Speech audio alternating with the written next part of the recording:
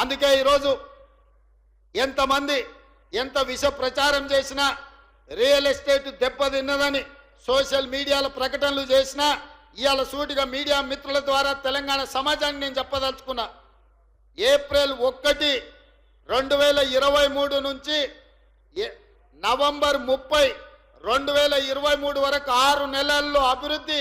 అదేవిధంగా మన ప్రభుత్వం వచ్చినాక ఏప్రిల్ 1, 2024 నుండి నవంబర్ 30 తారీఖు వరకు పోల్చినప్పుడు హైదరాబాద్ నగర రియల్ ఎస్టేట్ దాదాపుగా 29% అభివృద్ధి చెందింది.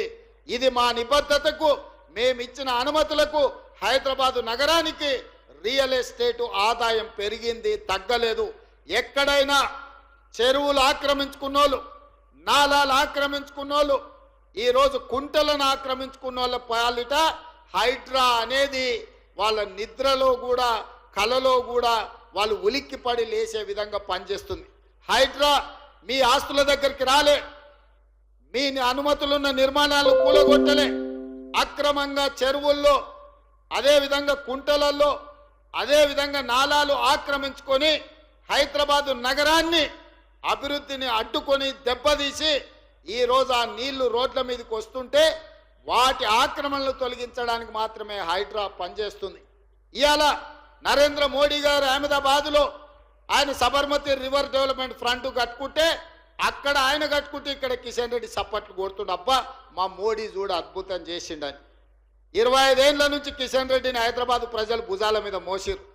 ఆయన మాత్రం మూసీ రివర్ డెవలప్మెంట్ ఫ్రంట్ వద్దు, ఎందుకంటే హైదరాబాద్ నగరంలో మూసీ అభివృద్ధి అయితే మోడీ కంటే మంచి పేరు తెలంగాణకు వస్తుంది కాబట్టి మేము కాళ్ళల్లో కట్టె పెడతాం, మూసీని కట్టనీయం, అట్లెట్ల కడతాం, మూసీలో పోయి పండుకుంటాం అంటుండు.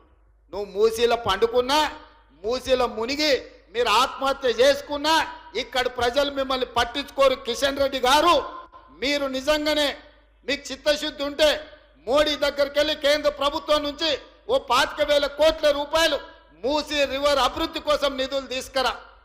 అక్కడ పేదోళ్ళ కోసం ముసలి కన్నీరు గారుస్తున్నావు కదా, ప్రధానమంత్రి ఆవాస్ యోజన కింద భూమి నేను ఇస్తా, ఓ 10,000 కోట్ల రూపాయలు తీసుకురా.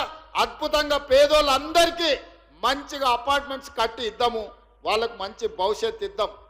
Subscribe us and press the bell icon for more interesting updates.